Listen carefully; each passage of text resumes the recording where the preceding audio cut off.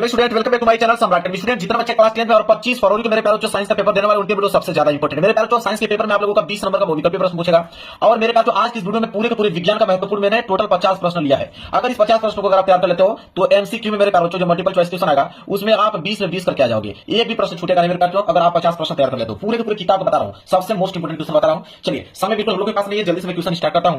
पहला प्रश्न यह है कि 20 सेंटीमीटर फोकस दूरी वाले उत्तल दर्पण के सामने अगर 20 सेंटीमीटर की दूरी पर स्थित वस्तु का प्रतिबिंब बनता है। कहने का मतलब यह है मेरे प्यारे, ध्यान से आप लोग समझिएगा इस क्वेश्चन को। कह रहा है कि फोकस दूरी 20 सेंटीमीटर दिया है, मतलब एफ का मान कितना दिया हुआ है 20 सेंटीमीटर दिया हुआ है, ठीक है, प्लस के 20 हो गया। और उत्तल दर्पण के सामने कोई वस्तु रखी गई है, उसकी दूरी मेरे प्यारे यू की दूरी दिया है -20 सेंटीमीटर, क्योंकि यू हमेशा माइनस में होता है, ये बात आपको भी मालूम होना चाहिए, ठीक है। आज से पूछा प्रतिबिंब बनता मतलब v का वैल्यू पूछा है, तो आप यहाँ पे दर्पण सूत्र 1/f बराबर 1/v और प्लस 1/u, जब इस फार्मूले पर हल करेंगे तो यहाँ v का वैल्यू आएगा मेरे ख्याल 10, वो भी धनात्मक का मेरे ख्याल 10 आएगा। तो धनात्मक ये दर्शाता है कि दर्पण के पीछे प्रतिबिंब बन रहा है, मतलब कि यहाँ पे पहला वाला ऑप्शन 10 सेंटीमीटर दूरी पर दर्पण के पीछे, ये वाला जो है बिल्कुल राइट आंसर हो जाएगा। अगर हम बात करें क्वेश्चन नंबर दूसरे को लेकर, देखिए क्वेश्चन नंबर दूसरा है कि प्रिज्म से श्वेत प्रकाश की किरण के गुजरने पर सबसे अधिक विचलन होता है। तो मेरे ख्याल से आपका प्रिज्म है और इस प्रिज्म से जब श्वेत प्रकाश की किरण गुजरती है सबको मालूम है 7 रंगों में विभक्त हो जाती है, ठीक है। कितने रंगों में विभक्त हो जाती है? 7 रंगों में विभक्त हो जाती है। और सबसे अधिक विचलन किस रंग का होता है मेरे ख्याल तो वो होता है बैगनी रंग का। किसका? बैगनी रंग का सबसे अधिक विचलन होता है। और सबसे कम पूछे तो लाल रंग हो जाएगा, लेकिन यहाँ पे सबसे अधिक पूछा है तो बैगनी रंग हो जाएगा। इसके बाद देखिए क्वेश्चन नंबर तीसरा। क्वेश्चन नंबर तीसरा है कि विद्युत जनित्र में रूपांतरण होता है, ठीक है। विद्युत जनित्र मतलब मेरे ख्याल से जनरेटर, ठीक है। विद्युत जनित्र का मतलब जो शादी ब्याह में आप जनरेटर देखते हैं ना, उसी की बात कर रहा है। तो वो क्या करता है कि यांत्रिक ऊर्जा को विद्युत ऊर्जा में कन्वर्ट करता है। यांत्रिक ऊर्जा मतलब जब हम लोग हाथों से ऊर्जा लगाते हैं, हैंडल उसका मारते हैं, तब करंट उसमें उत्पन्न होता है, मतलब विद्युत ऊर्जा में कन्वर्ट होता है। दूसरा वाला जो इस प्रश्न का बिल्कुल राइट आंसर हो जाएगा। इसके बाद देखिए प्रश्न 4 क्या दिया हुआ है कि 220 वोल्ट 100 वाट के विद्युत बल्ब के तंतु का प्रतिरोध होगा। मेरे प्यार जो हमको मालूम है, फार्मूला आपको भी जाते होंगे कि R बराबर क्या होता है V²/P, मालूम है कि नहीं। अब यहां से हम क्या करेंगे, R का निकालेंगे। R बराबर V का मान कितना दिया है 220, तो 220 गुणे 220 हो जाएगा, क्योंकि V² है और बटे में क्या है P, शक्ति कितना है मेरे पास 100 वाट का शक्ति यहाँ पे, तो 2 जीरो से ये 2 जीरो कैंसिल हो जाएगा। और R बराबर कितना जाएगा 22 में 22 गुणा करोगे मेरे पास तो 484 आ जाएगा, वो भी ओम, क्योंकि प्रतिरोध है 484 ओम, मतलब दूसरे वाला ऑप्शन जो है बिल्कुल करेक्ट आंसर हो जाएगा। आगे बढ़ते हैं प्रश्न संख्या 5वां। क्या है कि प्रोपेनॉल है, तो प्रोपेनॉल इन चारों ऑप्शन में से कौन मेरे पास तो C3H6OH, ठीक है। चौथा वाला ऑप्शन जो है बिल्कुल करेक्ट आंसर हो जाएगा। इसके बाद क्वेश्चन नंबर 6 की अधातु है, इससे बताना कि अधातु कौन है मेरे पास। ये फुरान जो आप देख रहे हो ये अधातु है, बाकी ये सब जो है धातु के अंतर्गत आती है। इसके बाद अगला प्रश्न देखिए, अगला प्रश्न मेरे पास कि ठंडे जल से हाइड्रोजन गैस बनता है, ठीक है। तो ठंडे जल से हाइड्रोजन गैस बनता है, इसका राइट आंसर हो जाएगा सोडियम, क्योंकि मेरे प्यारों की जब सोडियम में अगर हम ठंडे जल से अभिक्रिया कराएं H2O से तो मेरे प्यार हाइड्रोजन गैस देखने को मिलेगा आप लोगों को। तो वही प्रश्न पूछा है कि ठंडे जल से हाइड्रोजन गैस बनता है सोडियम से। इसके बाद अगला प्रश्न, प्रश्न नंबर 1 कि मनुष्य में वृक्क एक तंत्र का भाग है जो संबंधित है। वृक्क मतलब क्या होता है मेरे प्यार किडनी, वृक्क मतलब क्या होता है किडनी। तो किडनी का कार्य क्या होता है मेरे पास किडनी का कार्य होता है मेरे पास उत्सर्जन का, ठीक है। किसका?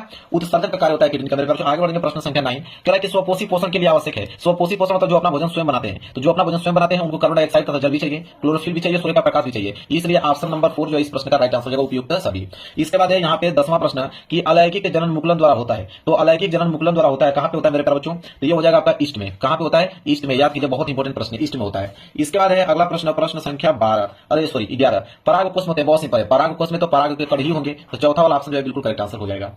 इसके बाद क्वेश्चन नंबर 12 कह रहा है कि वक्रता त्रिज्या का मात्रक होता है। तो वक्रता त्रिज्या का मात्रक मेरे पास देखिए मीटर में भी उसको ना सकते हैं, सेंटीमीटर भी ना सकते हैं और मिलीमीटर भी ना सकते हैं, इसलिए ये सभी जो इस प्रश्न का राइट आंसर हो जाएगा। इसके बाद 13वां प्रश्न है कि एक पारदर्शी माध्यम से दूसरे पारदर्शी माध्यम में प्रवेश करने पर एक प्रकाश किरण के लिए अपवर्तन कोण का मान जो है आपतन कोण की तुलना से अधिक होता है यदि प्रकाश की चाल। तो मेरे पास ये तभी कंडीशन हो सकता है जब सघन माध्यम से विरल माध्यम में जा रही हुई, जब प्रकाश की किरणें सघन माध्यम से विरल माध्यम में जाती हैं तो मेरे प्यार अपवर्तन कोण का मान आपतन कोण की तुलना में अधिक हो जाता है। तो पहला वाला जो इस प्रश्न का राइट आंसर हो जाएगा। इसके बाद यहाँ पे 14वां प्रश्न देखिए क्या है। 14वां प्रश्न है कि यदि आग के किसी तार के टुकड़े को चार बराबर भागों में काटा जाता है और इन टुकड़ों को फिर समांतर क्रम में संयोजित कर देते हैं, यदि तुल्य प्रतिरोध R डैश हो तो R डैश बटे R का अनुपात आप लोगों को ज्ञात करना है। ट्रिक मैं आप लोगों को बताता हूं, इसका ट्रिक समझ लीजिए, बहुत सिंपल ट्रिक है। दो ही टाइप की क्वेश्चन बनता है, ठीक है। या तो आपसे R डैश बटे R का अनुपात पूछ ले, या तो कभी क्या करता है कि R को ऊपर कर देता है, R डैश को नीचे कर देता है। तो जब आपका R डैश बटे R का मान पूछे तो वो 1/16 होता है, और R बटे R डैश का मान पूछ दे तो मेरे ख्याल से क्या होता है सिर्फ 16 होता है। हम हालांकि R डैश बटे R का मान पूछा है, मतलब 1/16, मतलब चौथा वाला ऑप्शन जो बिल्कुल राइट आंसर हो जाता है। कभी कभी एग्जाम में इसको ऊपर कर देता है, इसको नीचे कर देता है।